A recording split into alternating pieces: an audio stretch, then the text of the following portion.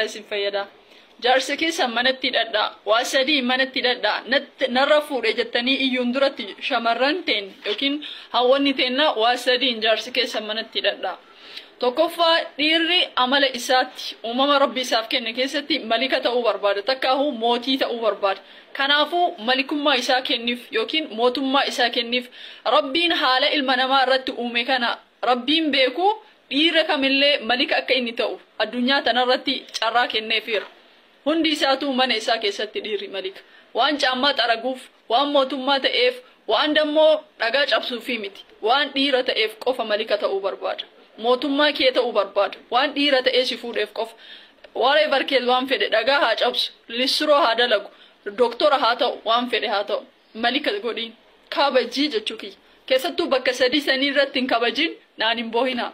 Tokkoffaa keessummaa biratti Kata kadhumataa jiru maaf sagaleen taana jettan dhugaa keessan haya hadda jechuudha kolkoleewwan amma namataa gara galchitanii irraa caffartan kun gaafa wallagga dhumoo eessa jirtan isin gaafa salaalee akkasi gubattu eessa jirtan isin gaafa harargeen beeloftu eessa jirtan isin eessa jirtan gaafas mataa ganna garan galchina meesha isin ilmaan gandaati miti warri hadda maqaa arsiitiin deemtan kun akkamitti shirkaa sagalee ta'uu dhabde jettanii dhugamaan dhiinni namaa ka gajjigu kun dhiinni namaa ka gallola kun dhugamaan isin rakkisee isin dhibee isin miidhee isin oofaa jiru dhugamaan haadha faata hinaaffaa irraa hin qabdani dhugamaan haadha faata jibba namummaa irraa hin qabdani dhugamaan ufittummaa haadha faateen kun isin hin gubne dhugamaan haati faateedhaa uf dandeettee deemuun kun isin hin gubne dhugamaan furdinni haadha faate isin hin gubne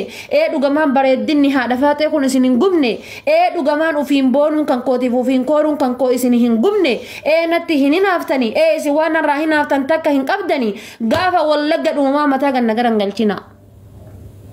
Gaafa dheengadda salaalee akkasitti gubattumaa mataa ganna garan galchina. Gaafa harargeen beeloftumaa mataa ganna garan galchina. Gaafa booranni beelahee akkasitti diqqaaf guddaan booranaaf booyaa ture sammaa mataa ganna garan galchina. Kanaaf haasaa kan isaan hin sharabne yaani. Kanaaf gantuudhaaf hamattuudhaaf ilmaan gandaa warra maqaa arsiitiin tiktookii moggaafattan baafattanii mataa konkoo gaggara galchitanii udaan kan keetu kawaa gochuu hin dandeenye jechuudha. Dhuufuu tanteetoo osoo harka tasaa taatee si harkaa baate dhuuftee kaatee jalaa fiiddu hafuurri jechuudha nunni osoo halkan fincaaniif gadi baateeti hadaa jalaa waa shokossan maqaan kan kee dhiiraa rarraafattee qabdaa fincaan dhiiftee fiiddu. Haadha faatee ajjeesuudhaaf irra hojjetaa irra maal godhaa irraa akkas ta'aa jirra jettee baq jettu jechuudha liivii banattee yeroo si dhaga'u hin qabu'an. Yeroo isin sharafu hin qabu'an. Yeroo haasaa keessan dhageeffadhu hin qabu'an. Maaf isintu ilmaan gandaati.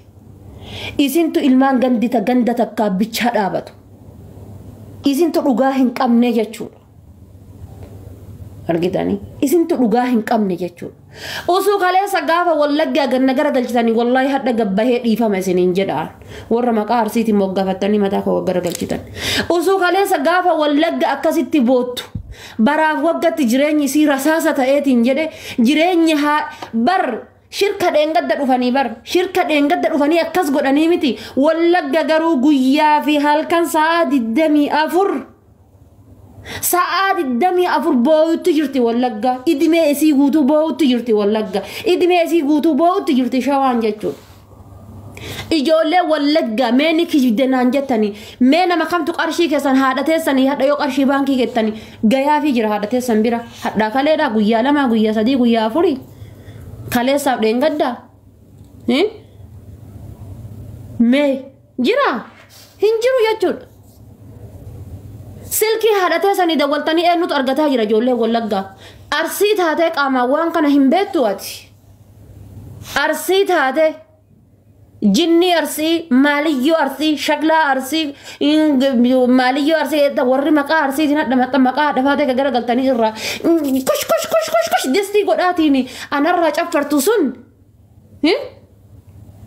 ساعتي دستي جسيتة إنجت ساعتي كشينا جسيتة ساعتي رأي كان كجسيتة جت هذا فاتة الرب سودا في هذا فاتة الرسيتري فودا قام كان كسر جرونا أنا الرب سيتها مي ربي جديتي دبرتي تاتي جتشوك قام كان كسر جروكان أورو كان كسر جروكان أي بي كان كسر جروكان أنا الرب سيتها وأنا قوتاتي أي بي كان كسر جرو يو واللالتي أكملتي دبرتين تكول باته قام سالا وفي بعدته ديمتو انت لا تقربتي دوبرتي تاتي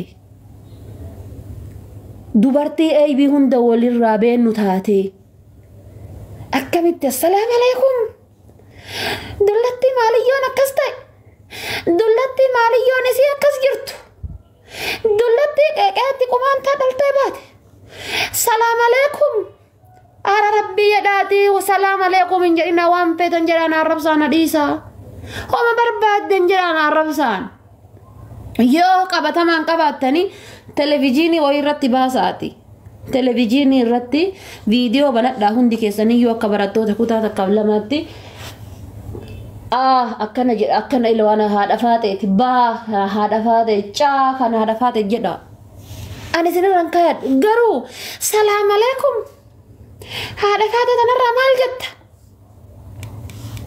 السلام عليكم كانت تديسا السلام عليكم سلامة ديسي دبدو هرب الله دي أمنتي متنا يودك كيسو جرتني والله بالله أمنتي متنا يود مي جولي أمنتي كريستانا تكتي أجيك سولا سنتيني مقا يسوس كريستوس روفته مقا مسافة روفته دبدو في ديمي جرتو يا جونا نرجني يعني دون مغاريدا nama ambaka media kanarratti jirti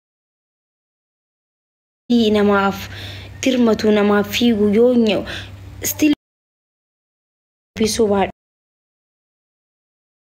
dulle garu akkasii miti okay akkasti yaadin maalifi dhugaa dubbachuudhaaf akkasii miti waan namni dogongori waan tokko jeen guyyaa tokkoof balleesse ilma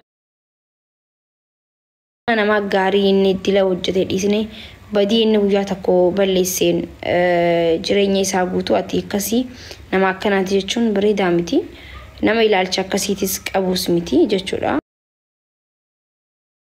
ana akkanaan beekutti jechuudha sanumaafuu barakuutti jechuu barbaada okay rabbi haa fayyisuuf amiin amiin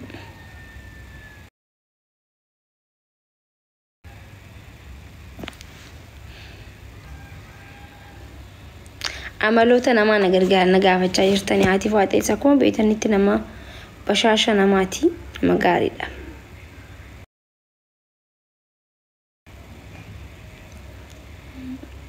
eenyu inni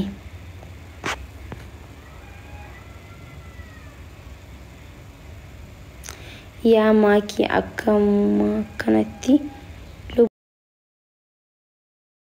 lubbu rabbi si haa qajeelchu bareeddu koo I don't know.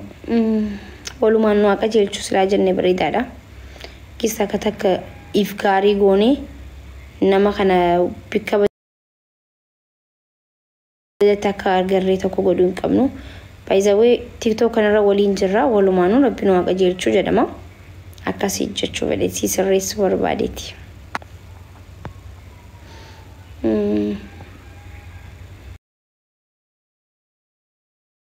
namni hin dhageenye irra deebisanii nagaaftaa jirtan akkuma beekamutti Facebook irratti Dr. Asliin post godhee jira harmeetii yana jira dhukkuba du'a inaaf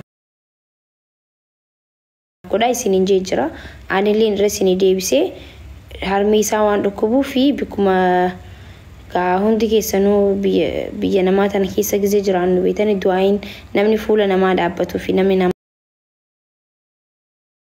maaf gajjee hojjetu kuni du'aayin isaa hin dhaabbattu waan ta'eefu du'aa akka gootanii fi salaata keessatti illee hundi keessanuu namni ilma namaa taatan hundinuu warri na dhaggeeffachaa jirtan du'aa godhaa fi du'aayin teessan akka geessuuf jechuudha.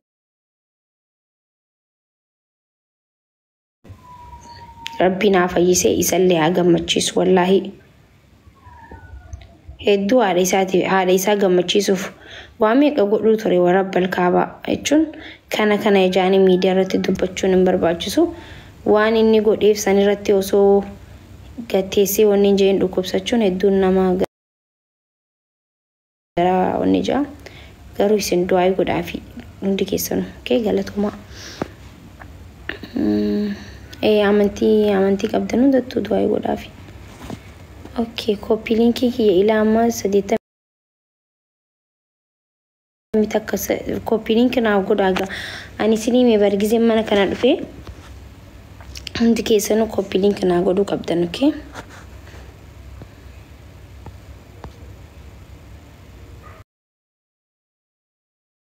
Rabbi Afayyisu fi Sadiq, thank you so much.